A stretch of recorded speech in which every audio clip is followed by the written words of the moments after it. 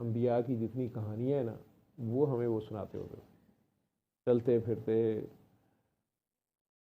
रात को स्पेशली इकट्ठे सोते थे गर्मियों में बाहर सहन में। वो हज़रत इब्राहीम अलैहिस्सलाम की मुख्तलिफ वाक़यात छोटे छोटे सुनाते थे। और मुझे याद है कि जब उन्होंने, क्योंकि हम तो सोच नहीं सकते थे अपने अब्बा जी के साथ कोई मैं क्वेश्चन ही करना, यानी काउंटर क्वेश्चन करना उनके किसी हुक्म को, सख्त थे। मैंने कहा ना कि बहुत ही स्ट्रिक्ट थे। तो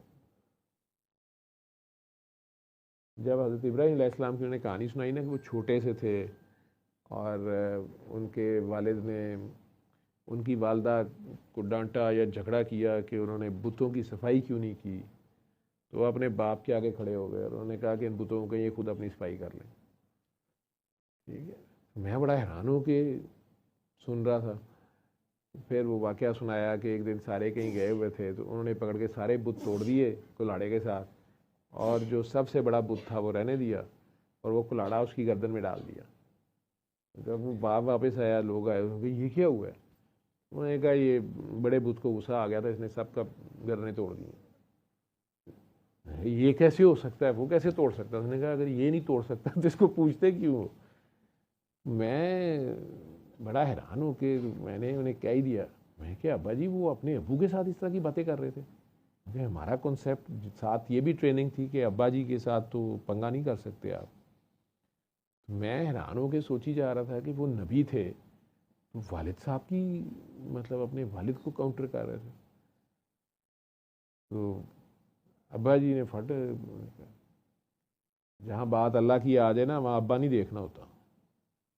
बात तो नहीं समझ आई, छोटे से थे 7-8 साल के। ये भी वो कॉन्सेप्ट ही ऐसा था कि ये कैसे हो सकता है कि अब्बा जो है वो अल्लाह के खिलाफ चला जाए। कहानियाँ तो थोड़ी बड़े हो गए ज़रा समझ आनी शुरू हुई कि अच्छा वो बुत प्रस्त थे, बादशाह भी बुत प्रस्त था। दूसरे दिन की किस्त में बादशाह के दरबार तक शिकायत चले जाती है नमरूद के, तो वो उनसे आर्गूमेंट करता है। उसको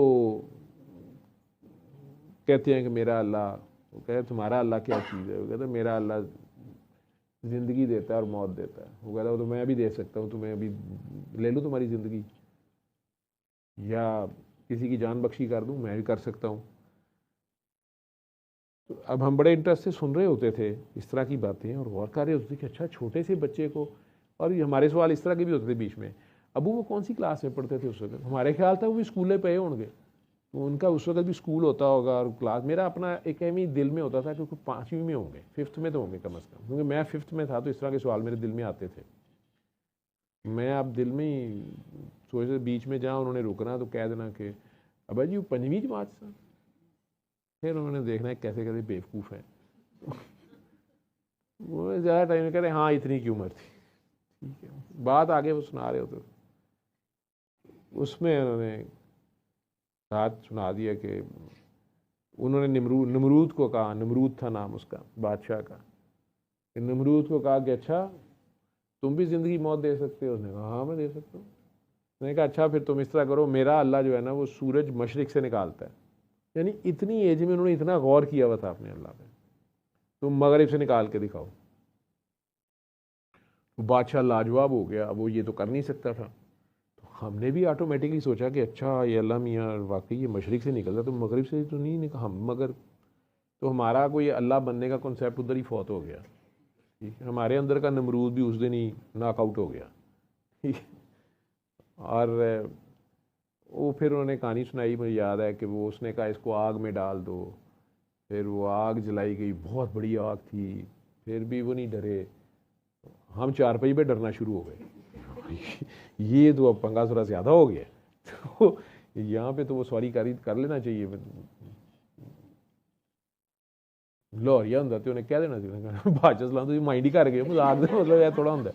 लेकिन वो अब हम डरे हुए हैं कि नहीं अब क्या ड्राप सीन होता है। लेकिन उन्होंने कहा कि वो आग में से गुजर गए तो आग को अल्लाह ने गुलजार कर दिया, बाग बना दिया।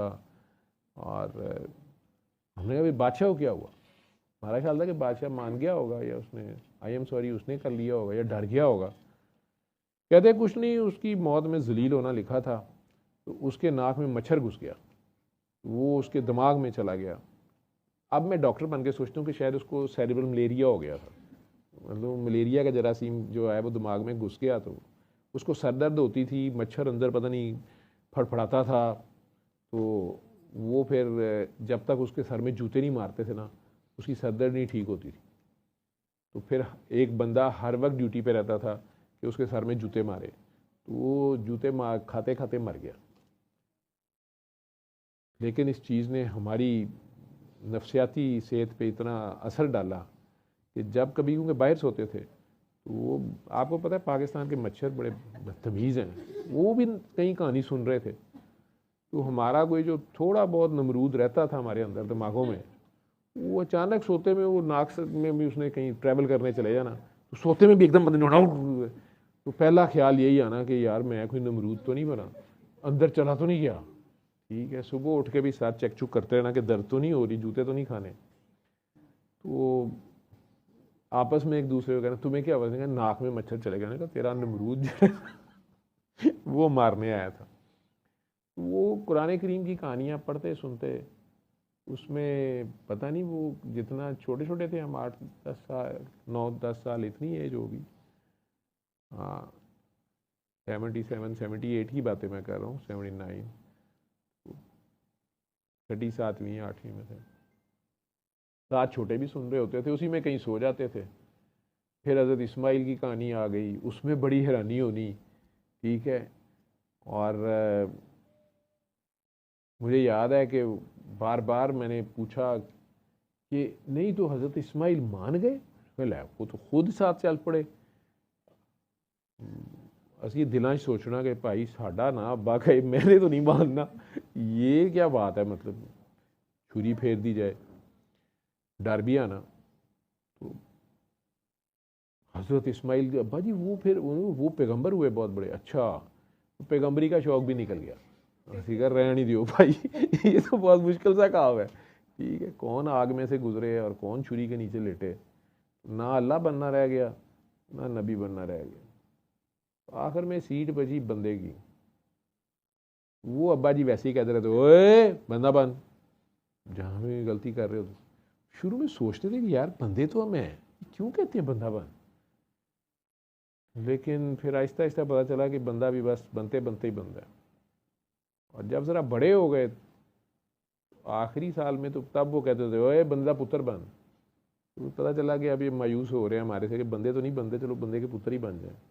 तो ये 2 सीटें बहरहाल फिर भी कुछ एक्सेप्टेबल हैं। तो कोशिश करें आप बंदा बन जाएं, बंदे नहीं बन सकते तो बंदे का पुत्र बन जाए। ठीक, और अगर अपने इर्द गिर्द किसी को देखें, घर में अपने, बाहर नहीं, तो अपने खामन को हेल्प आउट करें बंदा बनने में। कहते नहीं अगोनी जी मेरा बंदा है, ठीक है, पता नहीं मैं हैरान होता था जब शुरू शुरू में नया नया पूछा अब्बा जी से भाई बंदा कहते कहते अल्लाह का बंदा बनना होता है। तो मैं बड़ी देर डरता रहा, यही समझता रहा कि ये शादी जब होती है तो काकी जो है ये शायद अल्लाह मियाँ इसमें होते हैं और दूसरा बंदा होता है। आगे जाके पता चला कि ये पंजाबी का बंदा है, एक काकी है एक बंदा है उसका।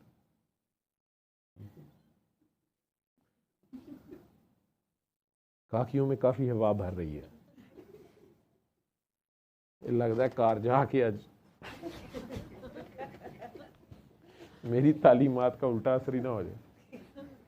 आज आके खामन को ना कह देना इधर आओ बंदा बनो।